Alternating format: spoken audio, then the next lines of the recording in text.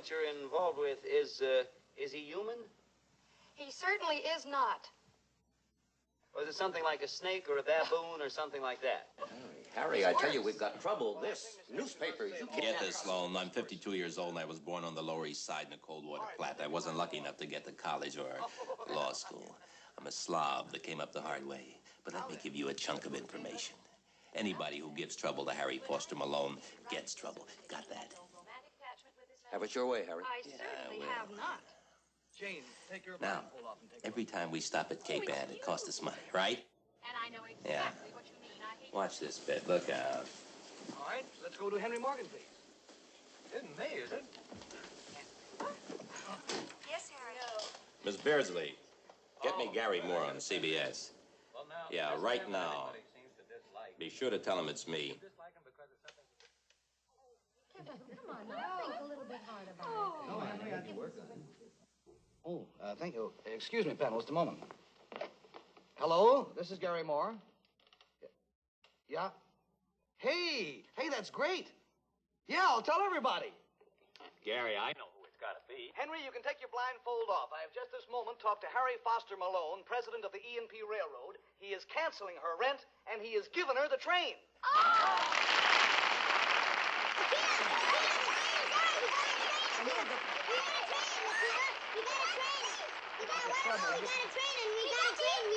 All right! Your call, madam. You mean I can take it here? Pick it up, Jane. Oh, thank you. Hello, George? Hi. How are the children? Oh, that's good. George, we're in the most beautiful restaurant you've ever seen. It's the... Wait a minute. What is it? Le Chevalier Mauve. Le Chevalier Mauve, whatever that means. Purple Night.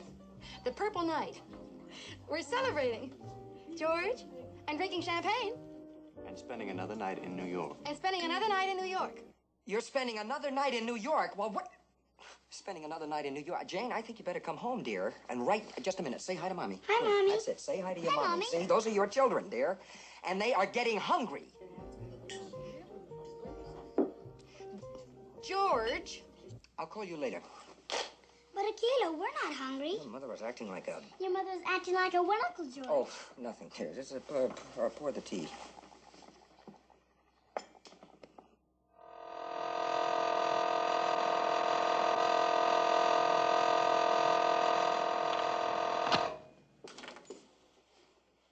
I'm warning you, stupid. Matilda, I'm asking you, please ring the hotel just once more. I gotta talk to the room clerk. Matilda.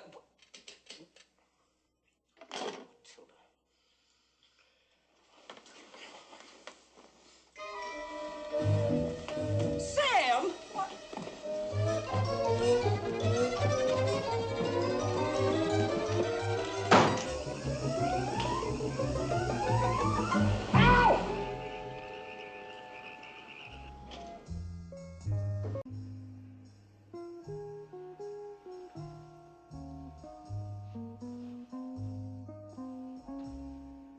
Boy, am I tired.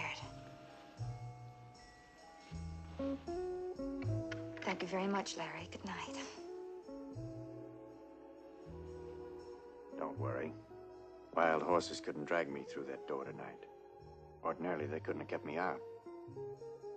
Janie, I'm 33 years old. I took up with girls about the time I smoked my first Cubeb. I've liked girls ever since. Lots and lots of girls. Some of them I wanted to love, but it never happened. Now it's happening. I love you. Oh, Larry, no. Larry, yes. I love you, Janie Osgood, and I want to marry you. Oh. My full name is Lawrence Claiborne Hall, and I told you how old I am. I'm gainfully employed. I've got $1,166 in the bank. I come from sturdy stock, and I'm all alone in the world. I'll try to be a good father to your children and a good husband to you. So will you marry me? Look, I can't. Why not? Well, I don't know you. Well, yes, you do.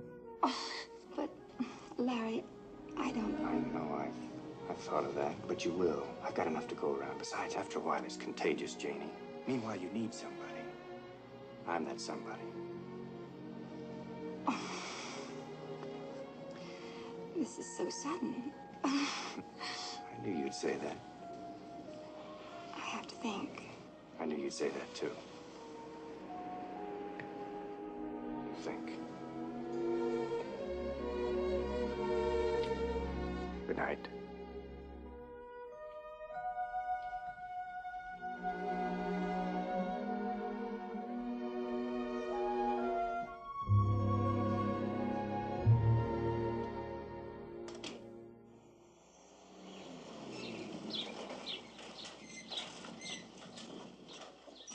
Thanks a lot, Claire. Oh. Okay. Hey, I'm home. I'm home. Kids, George. Oh, just wait right there. Glad you're home. Nice to be home. Say hello to Matilda. I sure will. Bye. Okay. Hey, where is everybody? Hey! Hey! Hi. Oh, Back good to so see you. soon, huh? Yeah, chicken really Gee. plain. Oh, And the wonderful. kids all right? Yeah, oh, they're outside Oh, playing. They're good to see you. fine. I've been Thanks, feeding them and George. caring for them and lying to them about their mother.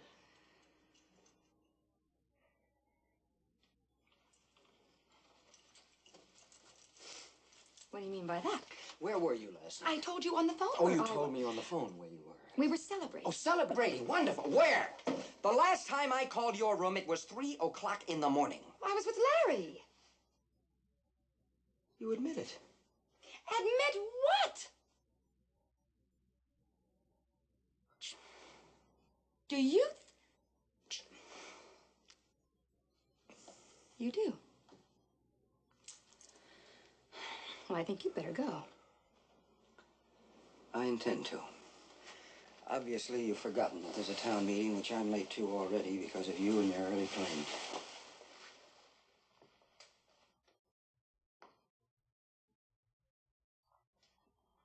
There being no further business, the meeting was adjourned at 8:30 p.m. Respectfully submitted, Claire Crisp, Secretary. I move the committee report be accepted as read. I'll second the motion. Motion made and seconded that committee report be accepted as read. All in favor? Aye. None opposed. Motion carried. Now we will have I move the committee be appointed to buy a new fire engine for Cape Ann. Second. Who's watching the switchboard? Patience Parson. Out of order, Otis. Motion has been made and seconded that committee be appointed to look into fire engines. Clarence for did Cape not Ann. say look into, he said to buy. You should read the motion exactly as Clarence. Well, I think it's kind of foolish to go out and buy something without looking into the situation I first. understand how you feel, but nevertheless, you should read the motion exactly as Clarence gave the motion. Motion made by Clarence Runyon, seconded by George Denham, that committee be appointed to buy a fire engine. Right. All in favor? Aye. Opposed? No. Motion defeated. Feel better? Here's the report of Parking Meter Committee.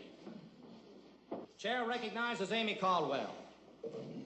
Total revenues from parking meter for year, $444.44. Operating expenses, $3.15 for a purchase of new collection bag. Net revenue, $441.29. What about the parking meter in front of your store, Aaron? Out of order. Mr. Chairman? Out of order. Chair will hear a motion accepting report of Parking Meter Committee. I move that the town meeting accept the report of the Parking Meter Committee. Second. All right, motion made and seconded. Report of Parking Meter Committee be accepted. All in favor? Aye. Opposed? No. Motion carried. Mr. Chairman. Chair recognizes Otis Denham.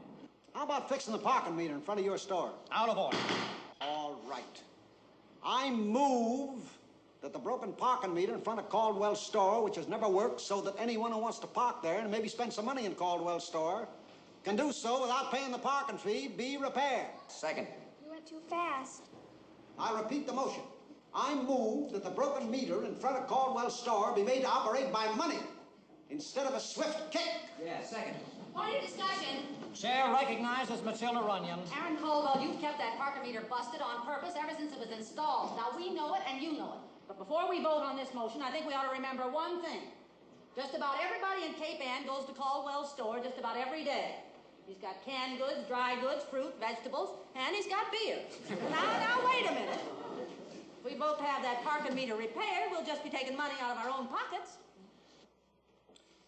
Any more discussion on the motion?